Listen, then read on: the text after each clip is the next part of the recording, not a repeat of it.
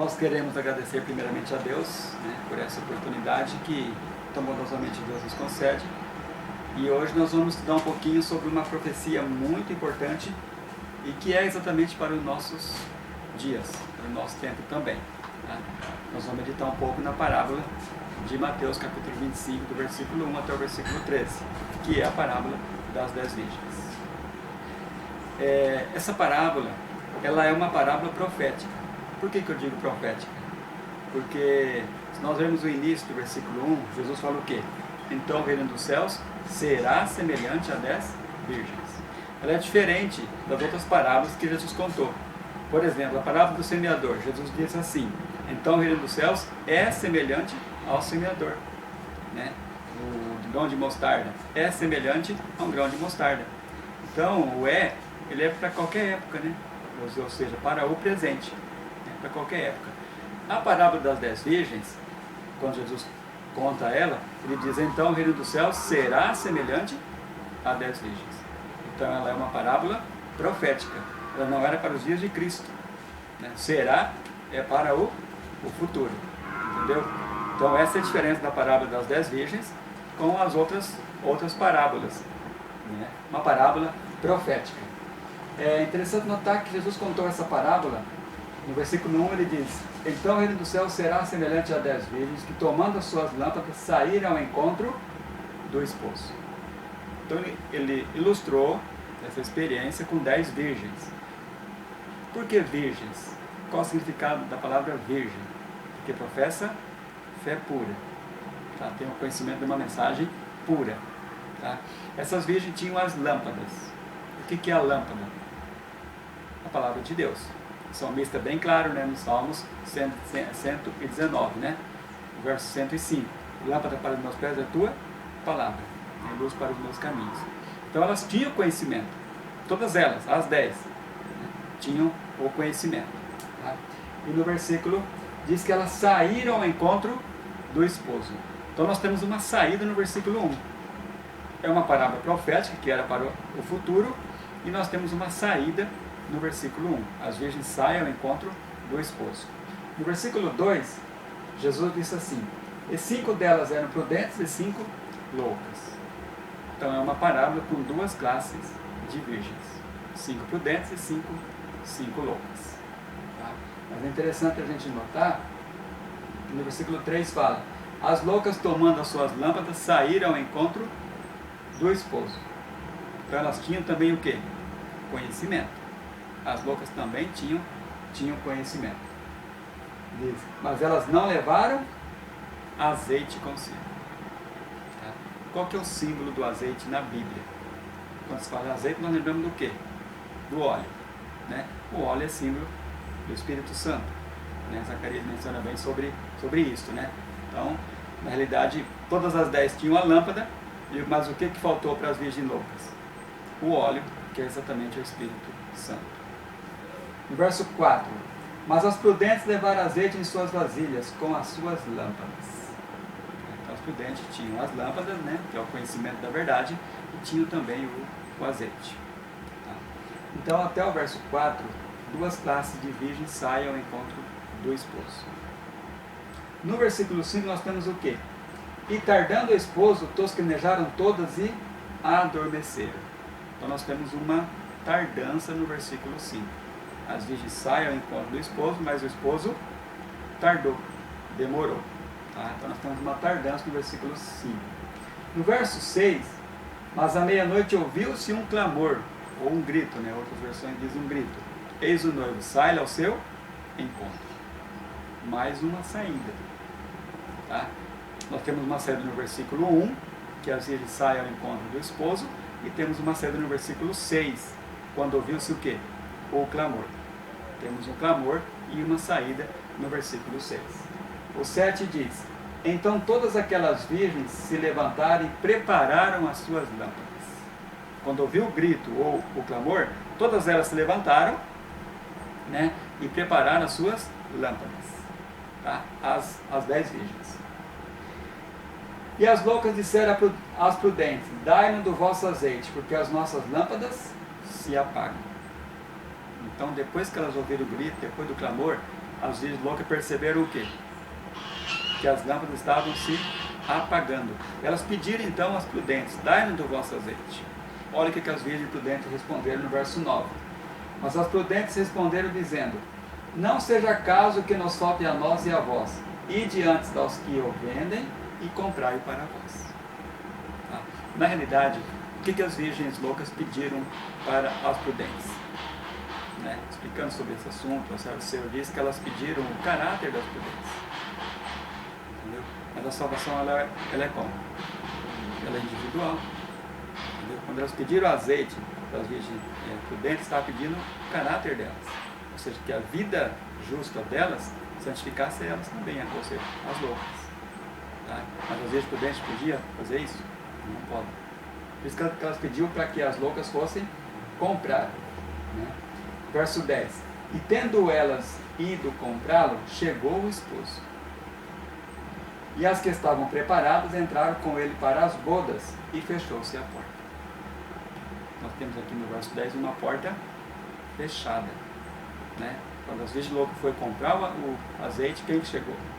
O esposo. E as virgens prudentes entrou com ele para as bodas, para a festa, né? E a porta fechou-se. 11. E depois chegaram também as outras virgens, dizendo: Senhor, Senhor, abre-nos. E ele respondendo disse: em verdade vos digo que vos não conheço. Porque a porta já estava como?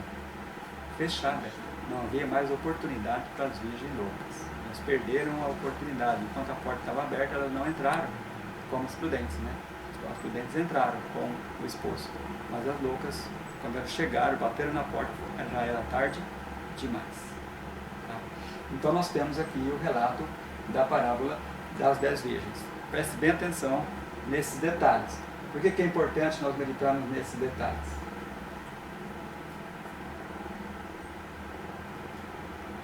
A Serva do Senhor, na Revista Adventista, de 1890, ela escreveu um texto que nos diz assim: algumas vezes tem sido citada a parábola das 10 virgens, 5 das quais eram prudentes e 5 loucas. Então, algumas vezes Deus citava para ela essa parábola, é a mesma parábola, né? Parábola das 10 virgens, 5 prudentes e 5 loucas. Esta parábola foi e será cumprida ao pé da letra, pois ela tem uma aplicação especial para este tempo. E como a mensagem do terceiro anjo tem se cumprido e continuará a ser verdade presente até o fim do tempo. Aí depois diz assim, num outro texto de 1899, todos os detalhes desta parábola devem ser cuidadosamente estudados. Por todos os detalhes da parábola das 10 virgens, eu tenho que estudá-la com muito cuidado. Cada detalhe é muito importante. É por isso que nós vemos aqui, nós já comentamos, né? Temos uma saída no verso 1, temos uma tardança no versículo 5 e temos uma outra saída no versículo 6. E um clamor no versículo 6 também. Tá? Então são detalhes importantes nós considerarmos. Tá? E o que é interessante também por esse texto da Revista Adventista, uma parábola com duas aplicações. Esta parábola foi e será cumprida ao pé da letra. O que nós vamos estudar hoje, nessa oportunidade, é a primeira aplicação. Tá? É o foi que o texto aqui está dizendo. Na realidade, é a história do surgimento do Adventismo. Né? A parábola das 10 virgens, a primeira aplicação, é a história de quando surgiu os Adventistas. Uma história assim, bastante complicada, né? Mas é profética, assim, baseada na parábola das 10 virgens, né? De como aconteceu o surgimento deles. No livro História da Redenção, página 367, a Serva do Senhor, escrevendo sobre essa parábola, ela diz assim: na parábola das 10 virgens de Mateus 25, a experiência dos adventistas é ilustrada com os incidentes no casamento oriental. Então o reino de Deus será semelhante a 10 virgens que, tomando as suas lâmpadas, saíram a encontrar-se com o noivo. E tardando o noivo, foram todas tomadas de sono e adormeceram. Olha o que ela diz, continuando o texto. O movimento que se espalhou sobre a proclamação da primeira mensagem correspondeu à saída das virgens, enquanto a passagem do tempo de expectação, o desapontamento e a demora são representados pela tardança do noivo. Tá. Jesus diz lá no versículo 1, né? Então o reino do céu será semelhante a 10 virgens. Uma parábola, como já disse, profética, mas que começou a cumprir-se quando? Isso é interessante nós analisarmos.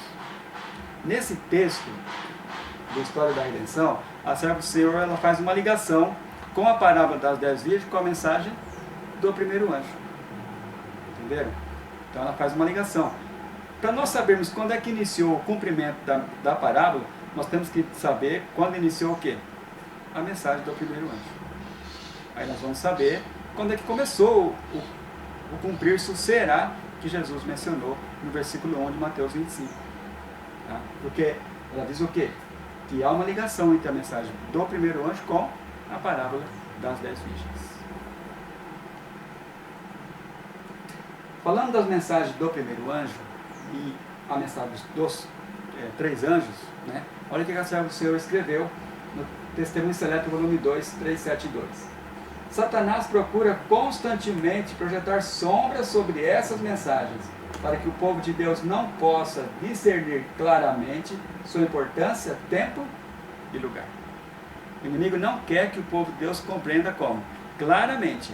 Ele não quer que nós compreendamos claramente se a mensagem ela é importante, o tempo dela e o lugar dela. Ele quer projetar sombras sobre essas mensagens. No Primeiros Escritos, 258, diz: foram-me mostrados 3 degraus, a primeira, a segunda e a terceira mensagem angélica. Disse meu anjo assistente: ai de quem mover um bloco ou mexer num alfinete dessas mensagens. Então ela diz: ai de quem, né, diz aqui o texto, mover um bloco ou mexer num alfinete dessas mensagens. Ou seja, querer colocar ela no lugar errado. Né? Ela diz: a verdadeira compreensão dessas mensagens é de vital importância. Então, nós compreendermos ela da maneira certa é de vital importância. O destino das almas depende da maneira em que são elas recebidas. Então, nosso destino depende de como nós recebemos essas mensagens. Né? De como nós estamos recebendo, de como nós estamos aceitando. Depende do nosso destino. Das 3 mensagens angélicas. Tá. Vamos agora ler um texto do Grande Conflito, página 354 a 356, para nós vermos quando que começou o cumprimento da mensagem do primeiro anjo. Nós sabemos quando começou, nós vamos saber também quando começou o quê? O cumprimento da parábola das 10 virgens, né? De Mateus, capítulo 25. A serva do Senhor diz assim: na profecia da mensagem do primeiro anjo, do capítulo 14 do Apocalipse, é predito um grande despertamento religioso sobre a proclamação da breve vinda de Jesus. A própria mensagem derrama luz sobre o tempo em que este movimento deve ocorrer. Declara-se que faz parte do Evangelho eterno e anuncia a abertura do juízo. A vinda de Cristo não poderia ocorrer antes daquele tempo, ou seja, antes de ter iniciado o quê? O tempo do juízo. Né? São Paulo, com a sua advertência, abrange toda a dispensação cristã até o ano de 1798. É depois desta data que a mensagem da segunda vinda de Cristo deve ser proclamada. Então, depois de quando? Depois de 1798. Diz, continuando o texto: semelhante mensagem jamais foi apresentada nos séculos passados. São Paulo, como vimos, não a pregou. Indicar aos irmãos a vinda do Senhor num futuro então muito distante. Paulo falou: olha, irmãos, a vinda de Cristo vai ser bem no futuro, vai ser em nossos dias. Por quê? Porque ele disse que tinha que ver o quê? O homem do pecado, no ministério da perdição. Ele não pregou, ou seja, ele não falou que Jesus viria em seus dias. Martinho Lutero, os reformadores não a proclamaram. Martinho Lutero admitiu o juízo para mais ou menos 300 anos no futuro a partir do seu tempo. Então, os próprios reformadores também não a proclamaram. Martinho Lutero veio mais ou menos por volta do ano 1500, né? Isso. Desde 1798, porém, o livro de Daniel foi descerrado, aumentou-se o conhecimento das profecias, e muitos têm proclamado a mensagem solene do juízo próximo. Tá? Então veja que aqui diz o texto, né, que desde quando? Desde 1798. Muitos têm proclamado a mensagem solene do juízo próximo. Então veja, quando começou a ser proclamada a mensagem solene do juízo próximo? O texto aqui diz desde 1798. Entendeu? Começou a ser pregada a mensagem do primeiro anjo. Qual que era a mensagem do primeiro anjo? Né? Ali no Apocalipse capítulo 14, versículo 5 e 6 fala, né, sobre isso. Né, o 6 e 7. Qual que é a mensagem do primeiro anjo? Vinde a hora do seu juízo. Tá? Então essa é a mensagem do primeiro anjo. Começou a ser pregada quando? O texto é bem claro, né? Desde 1798. Agora é fácil nós sabermos quando que começou o cumprimento da parábola das 10 virgens. Porque no texto anterior que nós lemos, né, a serva do Senhor diz que o movimento que se espalhou sobre a proclamação da primeira mensagem correspondeu à saída das virgens. Então, quando começou a ser pregada a primeira mensagem angélica, a mensagem do primeiro anjo, que era a vinda a hora do seu juízo, as virgens saem ao encontro do esposo. Entendeu? Então, é exatamente nessa mesma época, ou seja, desde 1798. Veja que o será que Jesus mencionou, né, em seus dias, quando ele contou a parábola, demorou bastante para se cumprir, né? Começou a se cumprir a partir do ano de 1798. Então, todos que pregaram a primeira mensagem, ou seja, a mensagem do primeiro anjo, eram o que da parábola? Eram as virgens da parábola. Por isso que é chamado virgem, porque professa uma fé pura. Entendeu? Então, elas pregando a mensagem do primeiro anjo, eram as virgens da parábola. Vinda é a hora do seu juízo. As virgens saem ao encontro do esposo. Né? Começa a cumprir-se o versículo 1 da parábola. Elas saem ao encontro do esposo. Elas não tinham as lâmpadas. O que é as lâmpadas? É o conhecimento da mensagem. Tá? É o conhecimento da mensagem do primeiro anjo. Vamos lá. Nós temos vários pregadores, né, a partir de 1798. Eu vou citar alguns. Né? Por exemplo, em 1821, quem pregou? É conhecido na história como missionário a todo mundo, José Wolff. Tá? Ele pregou em 1821 a segunda vinda de Cristo. Tá? Em 1826, na Inglaterra, da igreja anglicana, foram 700 ministros que pregaram também essa mensagem. Né? 1826. Tá? Em 1831... E todos esses que pregavam eram representados por virgem. Né? Isso. Em 1831, quem pregou na América? Aí coube essa pregação a Miller. Guilherme Miller. Né? Foi o homem ordenado por Deus, né, para dar essa advertência na América. Olha o que diz no Grande Conflito, página 366. A Guilherme Miller e seus cooperadores coube a pregação dessa advertência na América. Então, coube a ele aonde dá a mensagem? Na América. Este país se tornou o centro da grande obra do Advento. Então, ali na América, ele se tornou o quê? O centro da grande obra. Foi aqui que a profecia da mensagem do primeiro anjo teve o cumprimento mais direto. Os escritos de Miller e seus companheiros foram levados a países distantes, em todo o mundo onde quer que houvesse penetrado missionários, para ali se enviaram as alegres novas da breve volta de Cristo. Por toda parte se propagou a mensagem do Evangelho eterno. Temei a Deus e dá-lhe glória, porque vinda é a hora do seu juízo. Essa era a mensagem que eles apresentavam. Vinda é a hora do seu juízo, a mensagem do primeiro anjo. Então, Guilherme Miller era o que da parábola? Virgem, porque teve o conhecimento da mensagem do primeiro anjo. Tá? Então, em 1831, né, coube a ele a pregação dessa advertência. Tá? Olha o que diz o texto, confirmando o que eu disse. Grande Conflito 330. Durante 9 anos esperou, pesando-lhe sempre esse fardo sobre a alma, até que em 1831, pela primeira vez, expôs publicamente as razões de sua fé. Deus deu a luz para ele antes, né? 9 anos antes de 31, Deus já deu a luz para ele, só que ele não tinha coragem de pregar, né? Então, em 1831, ele estava no púlpito fazendo um sermão, aí o Espírito Santo tocou nele e falou: agora você vai pregar. Então ele pregou essa mensagem, a mensagem do primeiro anjo. Em 1833, Miller recebeu da Igreja Batista, de que era membro, uma licença para pregar. Então ele teve aqui, recebeu uma licença, né, para que ele pudesse pregar a mensagem do primeiro anjo, em 1833. Então vários pregadores apresentou essa mensagem. Todos que pregaram a mensagem do primeiro anjo eram as virgens da parábola. Eles saíram ao encontro do esposo. Qual que era a mensagem dele? Vinda a hora do seu juízo.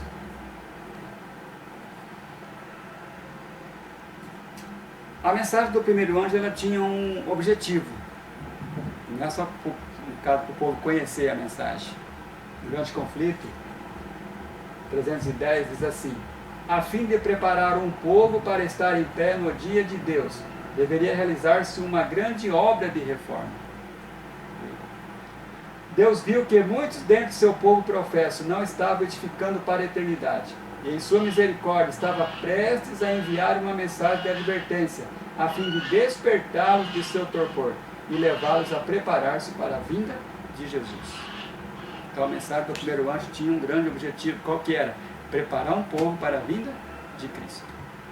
Por isso que Deus permitiu que eles conhecessem a mensagem e saíssem a proclamá-la, né?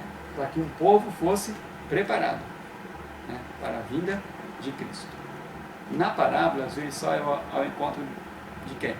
Do esposo. Quem é o esposo da parábola? O próprio Cristo. O próprio Cristo é o esposo da parábola.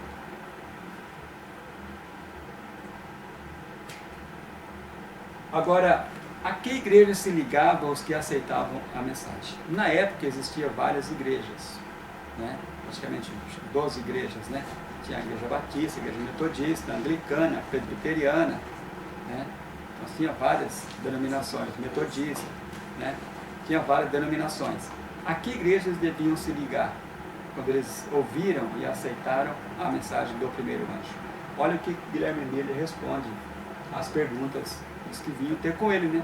Ouvia a mensagem dele, ouvia a mensagem dos pregadores, fala: mas de onde nós devemos reunir? Né? Diz assim: os que pregaram a primeira mensagem não tinham propósito nem esperavam causar divisão nas igrejas. Não tinha propósito de separar uma denominação, um grupo separado, né? Ou de formar organizações separadas. Em todos os meus trabalhos, disse Miller, nunca tive o desejo ou o pensamento de criar qualquer interesse separado das denominações existentes, ou de beneficiar uma em detrimento da outra. Pensava em beneficiar a todas, supondo que todos os cristãos se regozijassem com a perspectiva da vinda de Cristo, e que os que não viam as coisas como eu as via, não haveriam de menosprezar aqueles que abraçassem essa doutrina. Não pensei em qualquer necessidade de reuniões separadas. Não tinha esse pensamento de separar reuniões, né, das igrejas. Todo o meu objetivo se concentrava no desejo de converter almas a Deus, cientificar o mundo do juízo vindouro e induzir meus semelhantes a fazer o preparo de coração que os habilitaria a encontrar-se com seu Deus em paz. Esse era o objetivo, né? As pessoas faziam um preparo para encontrar com Deus. A grande maioria dos que se converteram pelos meus trabalhos uniram-se às várias igrejas existentes. Então, os que aceitaram a mensagem de Miller, ele diz que eles se uniam às várias igrejas existentes da época. Quando alguns indivíduos vinham a mim para inquirir-me quanto a seu dever, eu sempre os mandava ir para onde se sentissem em casa. Nunca favoreci nenhuma denominação com os meus conselhos para tais pessoas. Às vezes as pessoas vinham ter comigo e falavam: escuta, onde é que eu devo ir? Onde é que eu devo ficar? Né? E você vai, você fica onde você se sente em casa. Então, o que nós notamos na mensagem do primeiro anjo, né, as virgens estavam nas várias igrejas existentes da época. Então, não tinha nenhuma denominação, nenhum grupo separado até o momento. O texto que eu li anterior é o texto de História da Redenção, 365. esse texto agora do grande conflito, tá? Miller vem dando a mesma explicação, né, do que nós já lemos no texto anterior, né, falando sobre onde as pessoas deveriam ficar, aonde eles se sentissem em casa.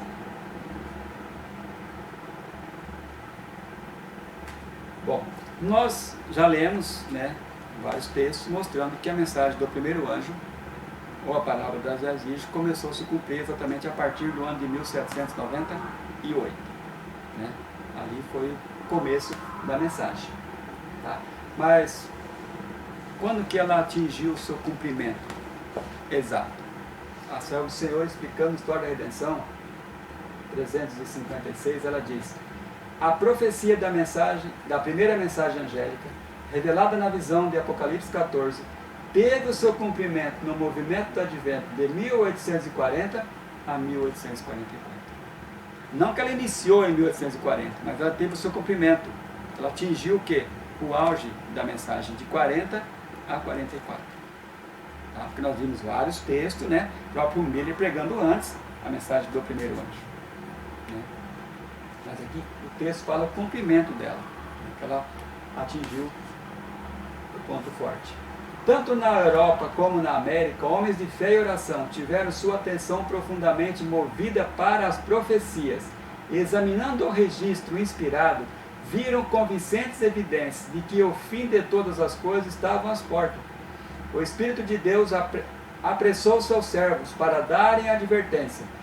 Por todas as partes deviam ser espalhada a mensagem do Evangelho eterno.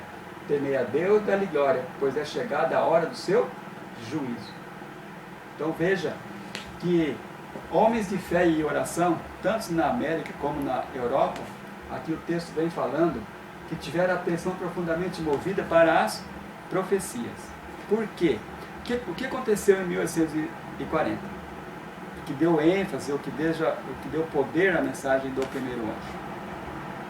Porque se nós lermos o relato da pena inspirada, Miller, estudando Daniel, as profecias de Daniel, e chegou a uma conclusão, Daniel 8,14, né, que é a profecia de 2.300 anos, chegou a uma conclusão de que Jesus viria em 1844, baseado na profecia.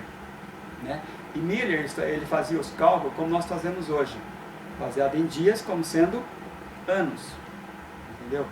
2 anos antes de 1840, né, Josias Litt, estudando Apocalipse 8 e 9, que é o assunto das trombetas, né, ele leu lá numa das trombetas e fez uma profecia, né, que o Império Otomano ia cair exatamente no dia 11 de agosto de 1840.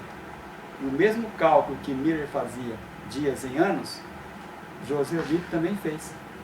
Né? Ele estudou lá o assunto daquelas trombetas e falou, olha, no dia 11 de agosto o Império Otomano vai cair. 2 anos antes. E o que aconteceu? Cumpriu-se exatamente como ele havia predito. Então, como ele havia explicado a profecia do Apocalipse 9. Então, por que deu ênfase à mensagem do primeiro anjo? Ou da segunda vinda de Cristo? A partir de 1940. Por causa disso. O que as pessoas falavam? Se a profecia de Josias Litt, baseado em dias, anos, deu certo, a de Miller também vai dar certo. Então deu força, né, para a mensagem de Miller. Então eles marcaram a data para Jesus voltar no dia 18 de abril de 1844. Marcaram algumas outras datas, né, mas a data fixa mesmo que ficou certa foi a data do dia 18 de abril de 1944, baseado na profecia de Daniel 8,14, que é a profecia dos 2.300 anos. Porque o que eles acreditavam naquela ocasião? Eles não tinham conhecimento de que a profecia de Daniel se referia ao santuário celestial.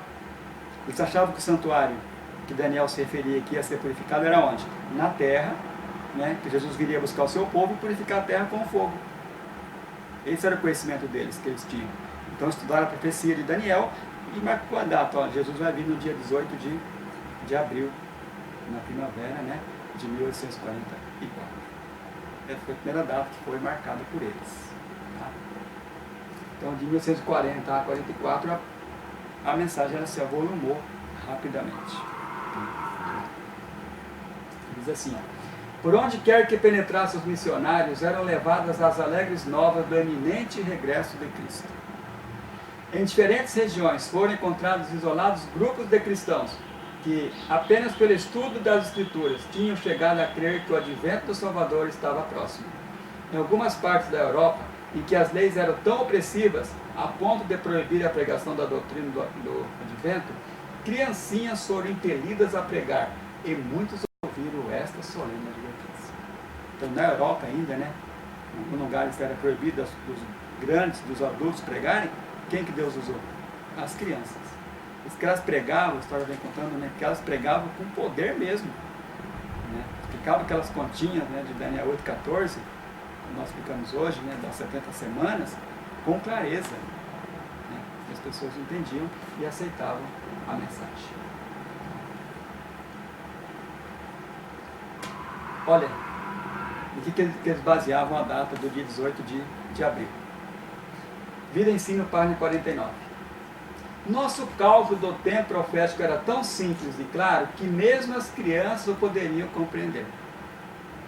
A contar da data do decreto do rei da Pérsia, que se encontra no capítulo 7 de Esdras, o qual foi baixado no ano 457 a.C., supunha-se que os 2.300 anos de Daniel 8,14 terminaria em 1843, fim do ano judaico, tá? 1843. De acordo com isso, aguardávamos a vinda do Senhor no fim deste ano. Ficamos tristemente desapontados quando o ano passou completamente e o Salvador não veio. Então, que base eles tinham para marcar a data para a volta de Cristo?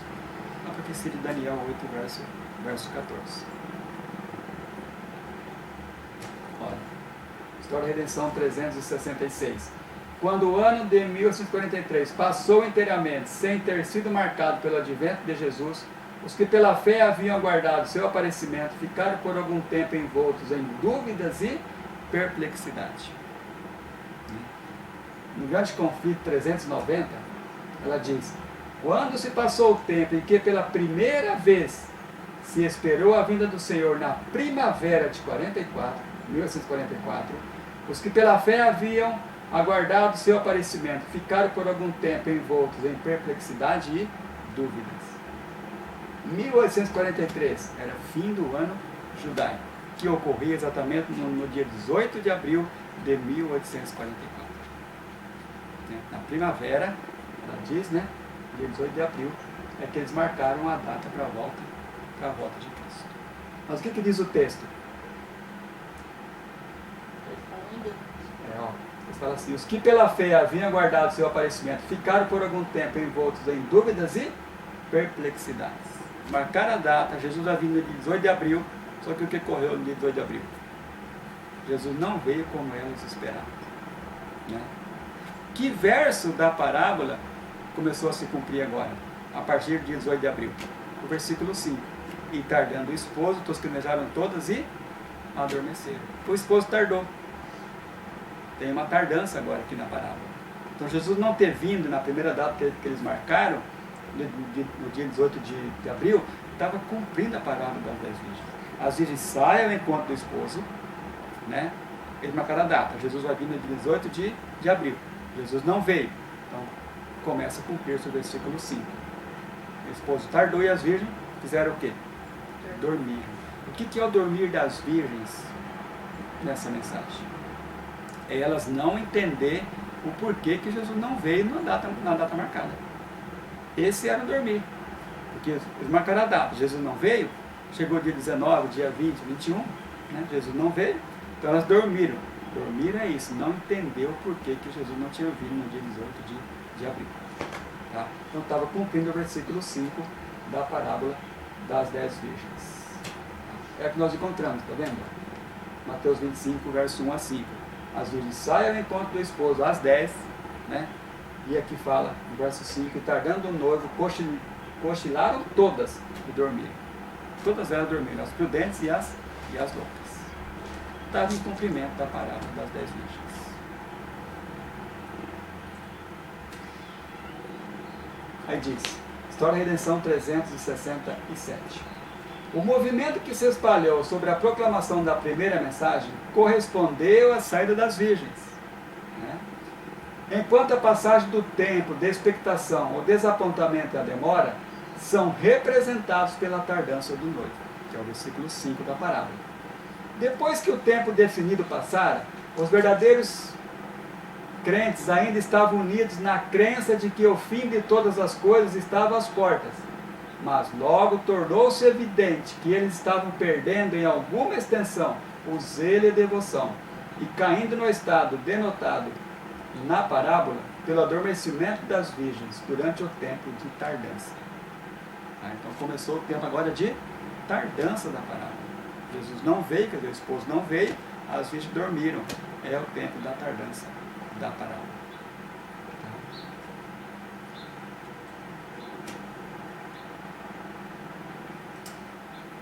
Grande conflito 397. E tardando o noivo, foram todas tomadas de sono e adormeceram. Mas à meia-noite ouviu-se um grito. Leia que no versículo 6. Nós temos uma tardança no versículo 5, e no verso 6 nós temos um grito, ou um clamor. Eis o noivo, sai-lhe ao seu encontro. Então se levantaram todas aquelas virgens e prepararam as suas lâmpadas. No verão de 1844, os adventistas descobriram o engano de sua anterior contagem dos períodos proféticos e chegaram a uma posição correta. Marcaram a data para a primavera, ou seja, 18 de abril, Jesus não veio, dormiram, né? Ou seja, não conhecendo o porquê. Aí no verão é que eles descobriram o engano. Os 2.300 dias de Daniel 8,14, que conforme todos criam, se estenderiam até o segundo advento de Cristo. Imaginava-se que terminariam na primavera de 1944. Contudo, vendo agora que esse período estender-se-ia ao outono do mesmo ano, a mente dos adventistas se fixou neste ponto, como o tempo do aparecimento do Senhor. A proclamação da mensagem nesse tempo foi outro passo no cumprimento da parábola do casamento, cuja aplicação à experiência dos adventistas já tinha sido claramente observada. Então, no verão, surge o clamor, ou seja, elas entenderam por que Jesus não veio, ou não tinha vindo no dia 18 de abril. E começou a proclamar o quê? Que Jesus viria no dia 22 de outubro. Continuando o texto, fala: como na parábola o clamor soou à meia-noite, anunciando a aproximação do noivo, assim no cumprimento, o meio caminho entre a primavera de 1944, quando se supôs de início os 2.300 dias terminariam, e o outono de 1944, tempo que mais tarde verificou-se que eles realmente deviam terminar, ergueu-se o clamor nas próprias palavras da Escritura: eis o noivo, sai ao seu encontro. Então o que foi o clamor nesta aplicação, na primeira aplicação? Foi eles entenderem porque que Jesus não tinha vindo em abril, né, e proclamar, ou seja, pregar que agora Jesus viria no dia 22 de outubro. Esse foi o clamor. As virgens dormiram, quando eles entenderam, elas despertaram. Por quê? Porque eles foram estudar, né, as profecias e tiveram conhecimento do porquê do erro deles. Aí diz: e tardando o esposo, tosquenejaram todos, adormeceram, mas à meia-noite ouviu-se um clamor. Aí vem o esposo, sai-lhe ao encontro. Então todas aquelas virgens se levantaram e prepararam as suas lâmpadas. No verão de 1844, período de tempo intermediário entre a época em que a princípio se supusera deveis terminar os 2.300 dias e o outono do mesmo ano, até onde, segundo mais tarde se descobriu, deveriam eles chegar, a mensagem foi proclamada nos próprios termos das Escrituras. Aí vem o esposo. Tá, esse texto é do conflito, né? O texto anterior era a história da redenção. 3:6, 3:69. Tá? Então, no verão, eles descobriram o engano e agora saíram a proclamar a mensagem: Jesus vai vir no dia 22 de outubro. Esse foi o clamor da meia-noite. Tá? Qual verso começou a se cumprir, então? O versículo 6. Né? O versículo 6. Vamos lá, então. Deus tinha um propósito pela tardança. Qual que era o propósito de Deus? Primeiros Escritos 235. Viu o povo de Deus com gozo em expectação, aguardando seu Senhor, mas era intento de Deus prová-los. Sua mão ocultou um engano na contagem dos períodos proféticos. Viu por que eles marcaram a data, Jesus não veio? A mão de Deus é que ocultou um engano. O que eles deixou de ver, ou de entender quando eles marcou a primeira data? Eles foram estudar a profecia de Daniel e viram que a profecia começava em que ano? No ano 457 a.C. Só que eles não levaram em consideração se a ordem saiu no começo, ou no meio, ou no final do ano. Eles descobriram o ano e marcou a data. Entendeu? Mas a ordem saiu em que época do ano? No final do ano 457. Então só ia se cumprir quando? No final de 1844. Então Deus tinha um propósito ali. Por que desse propósito? Porque muitas pessoas saíram apenas no quê?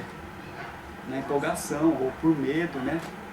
Não tinha aquele coração firme na mensagem, não acreditaram mesmo que Jesus ia voltar.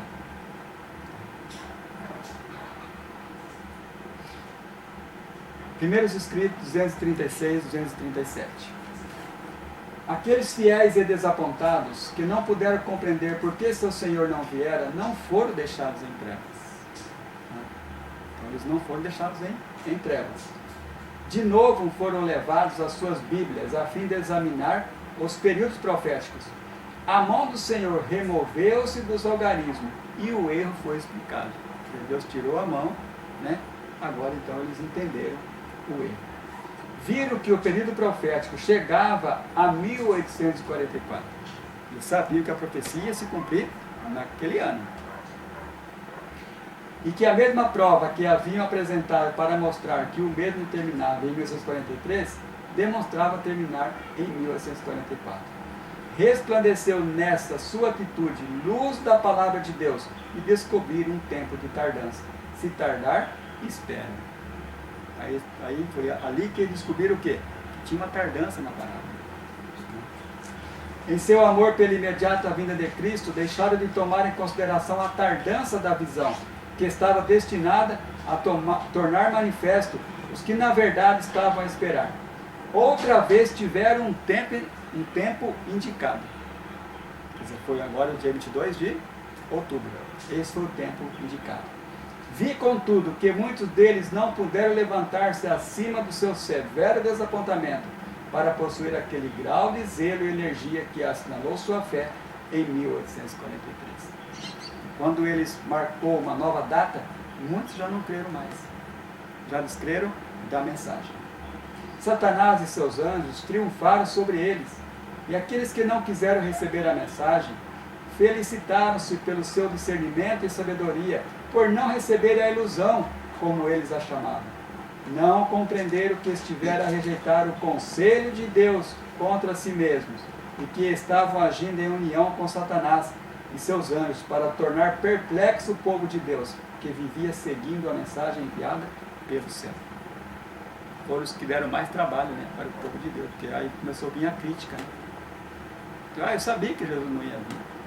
Então começou agora a querer desanimar aqueles que estavam firmes, aguardando o seu Senhor no dia 22 de outubro.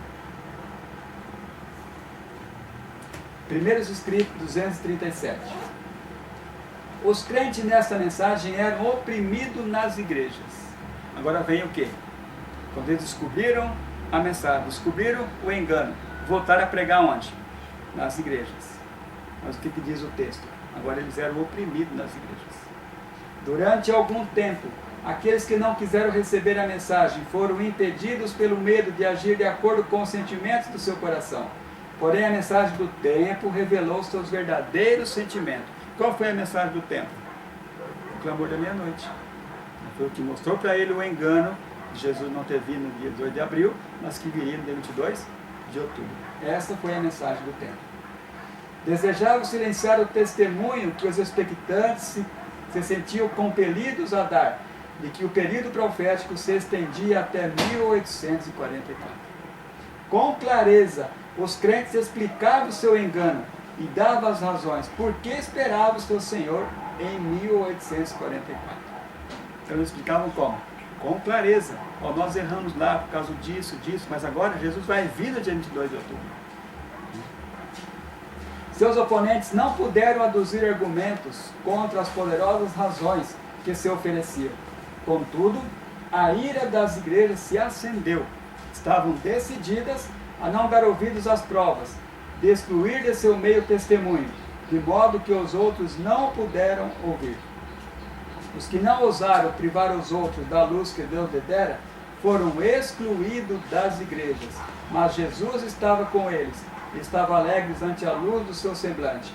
Estavam preparados para receber a mensagem do segundo anjo.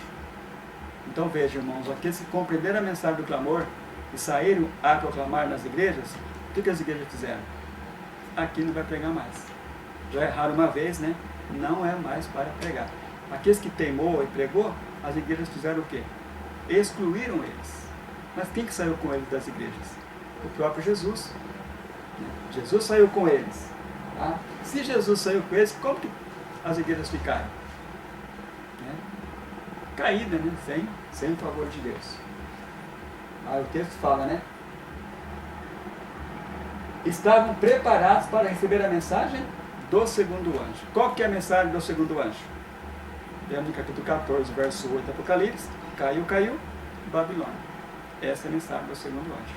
Então, quando houve a rejeição do clamor, que as igrejas não aceitou mais os pregadores pregar essa mensagem, né?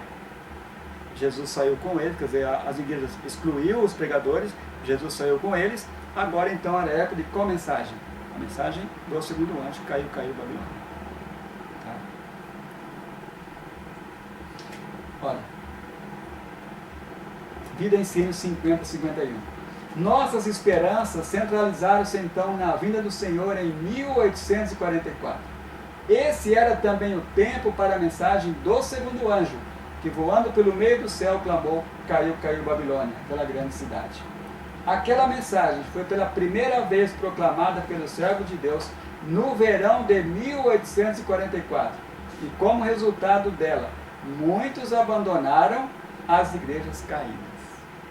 Viu? Então, pela primeira vez, foi pregado também a mensagem do segundo anjo no verão de 1844. Em conexão com esta mensagem, deu-se o clamor da meia-noite. Aí vem o esposo, sai-lhe ao encontro.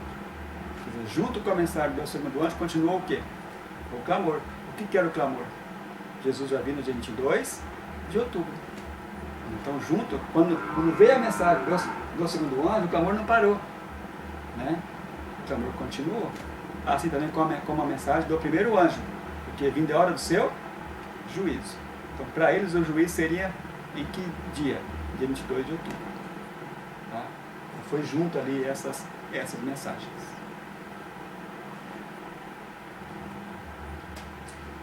História da Redenção 364, 365. Quando as igrejas repeliram o conselho divino ao rejeitarem a mensagem do advento, também o Senhor as rejeitou. Veja que houve aqui uma rejeição, né? Quando as igrejas rejeitou a mensagem de Deus ali, o clamor, também o Senhor as rejeitou. O primeiro anjo é seguido por um segundo, que proclama, caiu a grande Babilônia, que tem dado a beber a todas as nações do vinho da fúria de sua prostituição. Esta mensagem foi entendida pelos adventistas como o anúncio da queda moral das igrejas em consequência da sua rejeição da primeira mensagem. A proclamação caiu Babilônia foi dada no verão de 1844 e como resultado cerca de 50 mil abandonaram estas igrejas. Então formou-se um grupo agora, né, esperando Jesus voltar no dia 22 de outubro, cerca de 50 mil pessoas. Um grupo separado. Agora um grupo separado da onde? Das igrejas. Até no clamor, aonde estavam as virgens? São detalhes importantes nós considerarmos. Né? Estavam dentro das igrejas existentes da época, das várias igrejas. Quando houve a primeira data marcada, Jesus não veio, depois que eles descobriram o porquê e começaram a pregar, as igrejas não aceitou mais. E excluíram os pregadores. Aí sim que formou-se um grupo separado, né? Na mensagem do clamor da meia-noite. Aí forma um grupo separado. Na primeira escrito, página 14 e 15, a serva do Senhor vê esse grupo. Tá? Ela diz assim: enquanto eu estava orando junto ao altar da família, o Espírito Santo me sobreveio e pareceu-me estar subindo mais e mais alto da escura terra. Voltei-me para ver o povo do advento no mundo, mas não o pude achar, quando uma voz me disse: olha novamente e olhe um pouco mais para cima. Com isto olhei mais para o alto e vi um caminho reto e estreito, levantado em lugar elevado do mundo. O povo do advento estava nesse caminho, a viajar para a cidade que se achava na sua extremidade mais afastada. Tinha uma luz brilhante colocada por detrás deles, no começo do caminho, a qual um anjo me disse ser o clamor da meia-noite. Então é ali que ela viu o quê? O grupo separado. Né? No clamor da meia-noite é que ela vê o grupo separado. Tá? Depois nós vamos continuar esse texto na segunda aplicação. Tá? Então veja que o clamor estava onde? No começo do caminho do povo do advento. Bom, marcar a data para a volta de Cristo no dia 22 de outubro, agora, a segunda data marcada, né? Há aproximadamente 50 mil pessoas esperavam Jesus voltar no dia 22 de outubro. O que ocorreu? Chegou o dia 22, passou o dia 22, né? Jesus não veio como eles esperavam. No primeiro escrito, a serva do Senhor, falando sobre esse acontecimento, ela diz: depois do grande desapontamento em 1844, Satanás e seus anjos estiveram ativamente empenhados em armar laços para abalar a fé da comunidade. Aqui ela chama esse desapontamento de grande desapontamento. Porque o primeiro também foi um desapontamento, né? Mas esse segundo foi maior. Que agora eles tinham certeza de que Jesus iria voltar. Não tinha mais dúvida nenhuma. Né? Então é chamado de grande desapontamento. Então quando passou o dia 22, Jesus não veio, o que o inimigo fez? Ele fala que ele esteve ativamente empenhados em armar laços para abalar a fé da comunidade. Olha quem que ele afetou. Ele afetou a mente das pessoas que haviam tido alguma experiência na mensagem e possuíam uma humildade aparente. Afetou os líderes. Mas que líderes? Aqueles que tinham uma humildade aparente. Só uma aparente, né? Só aparentava ser humilde. Alguns indicavam o futuro para o cumprimento da primeira e da segunda mensagem, enquanto outros apontavam o passado, declarando que elas já haviam sido cumpridas. Alguns começaram a fazer o quê? Não, isso vai cumprir só no futuro. E outros diziam o quê? Não, isso se cumpriu no passado. Esses estavam ganhando influência sobre a mente dos inexperientes e perturbando sua fé. Alguns estavam investigando a Bíblia para edificar sua própria fé, independente da corporação. O que alguns faziam? Eu não vou reunir em igreja nenhuma, em grupo nenhum, eu vou reunir em casa. Independente de qualquer corporação. Satanás exultou com tudo isso, pois ele sabia que os que se livravam da âncora podiam ser por ele afetados por diferentes erros e levados à roda por diversos ventos de doutrina. Muitos que tinham sido líderes na primeira e na segunda mensagem, agora negavam-nas. Houve divisão e confusão no corpo da comunidade. Então, depois do dia 22 de outubro, né, houve divisão e confusão no corpo da comunidade. Quem causou essa divisão? Claro que foi Satanás. Mas usando quem? Os líderes. Muitos dos que tinham sido livres, ela fala.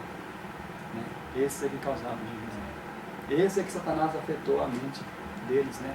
Para abalar a fé da comunidade. Tá? Então nós temos o que aqui?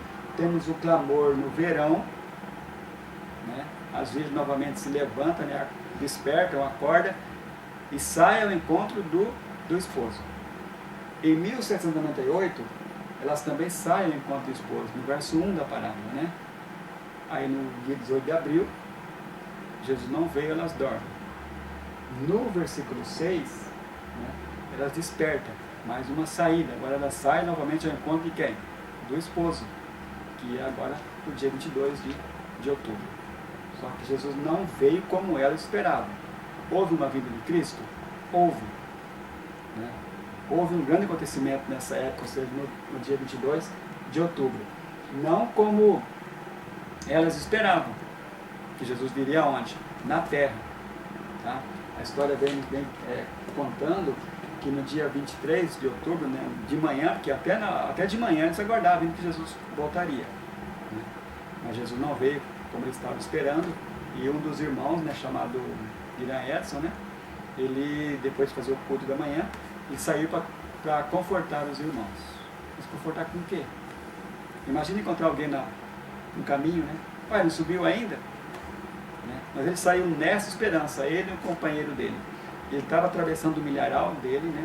Que não tinha colhido, porque Jesus ia voltar, ele nem colheu o milharal.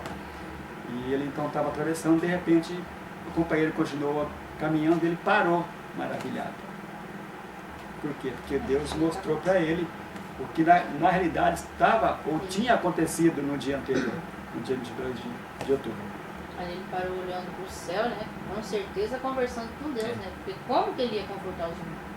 Exatamente. Com que esperança? O que Deus mostrou para ele no céu? O santuário. E a passagem de Cristo do Santo para o Santíssimo. Então, o que cumpriu exatamente no dia 12 de outubro foi Cristo passar do Santo para o Santíssimo. Mas aonde? Lá no céu.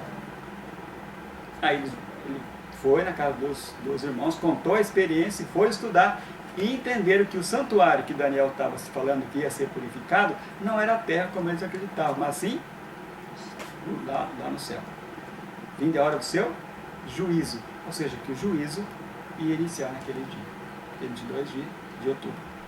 Tá? Essa é a compreensão que eles tiveram. Então houve uma vinda de Cristo, que Daniel lá no capítulo 7 menciona, né, como sendo a vinda do Filho do Homem, mas dirigindo-se aonde? Ao ancião de dias. É exatamente a passagem de Cristo do Santo para o Santíssimo do Santuário Celestial. O que estava errado na pregação deles? A vinda, né? Que a data estava correta. Entendeu? O que estava errado era o acontecimento. Não era a vinda de Cristo na terra, mas sim a vinda dele do Santo para o Santíssimo lá no Santuário Celestial. Na primeira mensagem escolhida, página 63 e 64, a serva do Senhor ela vem mencionando que houve uma porta fechada em 1844. Olha o que ela diz. Foi-me mostrado em visão e ainda eu creio que houve uma porta fechada em 1844. Todos quantos viram a luz das mensagens do primeiro e do segundo anjos e rejeitaram aquela luz foram deixados em trevas. Então, por quem que fechou a porta? Aqueles que ouviram a mensagem dos anjos ali e rejeitou, a porta da graça fechou para eles. E os que aceitaram e receberam o Espírito Santo, que assistiu à proclamação da mensagem do céu e que posteriormente renunciaram à sua fé e declararam o engano sua experiência, rejeitaram assim o Espírito de Deus, ele não mais pleiteou com eles. Então fechou-se para aqueles que viram e conheceram a verdade e na hora rejeitou, e também para quem? Os que viram, pregaram a mensagem, né? Aceitaram, pregaram a mensagem e posteriormente rejeitaram. Os que não viram a luz não tinham a culpa de sua rejeição. Então, os que não viram, não compreenderam, ou seja, não ouviram a mensagem, não tinha culpa. Era somente a classe que desprezara a luz do céu, que o Espírito de Deus não podia alcançar. E essa classe incluía, como declarei, tanto os que recusaram aceitar a mensagem quando ela lhes foi apresentada, como os que, havendo-a recebida, renunciaram posteriormente sua fé. Esses podiam ter uma aparência de piedade e professar ser seguidores de Cristo, não tendo, porém, viva ligação com Deus, seriam levados cativos pelos enganos de Satanás. Estas duas classes são representadas na visão: aqueles que declararam ser um engano à luz que haviam seguido, e os ímpios do mundo que, havendo rejeitado a luz, haviam sido rejeitados por Deus. Não é feita nenhuma referência aos que não haviam visto a luz, não sendo, portanto, culpados de sua rejeição. Então veja, irmãos, já nessa época, quando houve a passagem do tempo, Jesus não veio, houve uma porta fechada. Aqueles que ouviram e rejeitaram, aqueles que ouviram, aceitou, pregou e depois rejeitaram a mensagem. No grande conflito, 377, a serva do Senhor escreve assim: onde quer que exista causa idêntica, os mesmos efeitos se seguirão. Aquele que deliberadamente abafa as convicções do dever, pelo fato de se achar este em conflito com as tendências pessoais, perderá finalmente a faculdade de discernir a verdade do erro. Viu o perigo de rejeitar a luz? Ou de querer abafar, né, as verdades? Ó, aquele que deliberadamente abafa as convicções do dever, pelo fato de achar este em conflito com as tendências pessoais, vai perder o quê? A faculdade de discernir a verdade do erro. Não consegue compreender o que é certo e o que é errado. Obscurece o entendimento, a consciência se torna calejada, o coração endurecido e a alma se separa de Deus. Ouve a mensagem não tem mais efeito. Né? E quando às vezes é arrependido, como diz aqui o texto, a consciência torna-se calejada. Onde a mensagem da verdade divina é desdenhada e tratada levianamente, ali a igreja se envolve em trevas, esfriam a fé e o amor, entre a separação e a discórdia.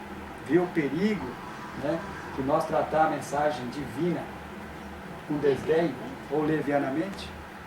Como que a igreja fica? Como diz aqui o texto, a igreja se envolve em trevas, esfriam a fé, as pessoas desanimam, o amor, e aí entra o quê? A separação e a discórdia. Por isso que existem tantas separações, né? Tantas divergências, tantas separações, tantas divisões no meio do povo de Deus. Né? Nós não podemos de maneira nenhuma tratar a verdade divina com desdém ou levianamente. De maneira nenhuma nós podemos fazer isso. Foi o que ocorreu exatamente a partir do dia 22 de outubro. Daqueles 50 mil que esperavam Jesus voltar, ficou menos de uma dúzia, filho. Os outros todos abandonaram. Eles creram da mensagem. Alguns voltou depois, mas já voltou com o espírito de Laodiceia. E falando sobre esse acontecimento, né, que agora nós estivemos explicando, ela diz assim no grande conflito 457, a Senhora do Senhor: a história do antigo Israel é um exemplo frisante da passada experiência dos adventistas. Está vendo? A história do antigo Israel é o quê? Um exemplo frisante do que nós estudamos até agora. Deus guiou o seu povo no movimento adventista, assim como guiaram os filhos de Israel ao sair do Egito. Viu? Foi Deus quem guiou o povo do movimento adventista, assim como ele guiou o povo de Israel. No grande desapontamento, fora provada a sua fé, como foi a dos hebreus no Mar Vermelho. Então esse desapontamento de outubro, conhecido como grande desapontamento, foi a mesma prova que os hebreus tiveram aonde? No Mar Vermelho. Houvesse ainda confiado na mão guiadora que com eles estiverem em sua experiência anterior e teriam visto a salvação de Deus. Se todos que trabalharam unidos na obra em 1844 tivessem recebido a mensagem do terceiro anjo, proclamando-a no poder do Espírito Santo, o Senhor teria poderosamente operado por seus esforços. Caudais de luz ter-se-ia derramado sobre o mundo. Haveria anos que os habitantes da terra teriam sido avisados. A obra final estaria consumada. E Cristo teria vindo para a redenção do seu povo. Então, se aquele povo tivesse ficado firme, mesmo depois daquela decepção, né, Jesus já teria vindo. Ela fala assim, ó, havia anos que os habitantes da terra teriam sido avisados, a obra final estaria consumada e Cristo teria vindo para a redenção do seu povo.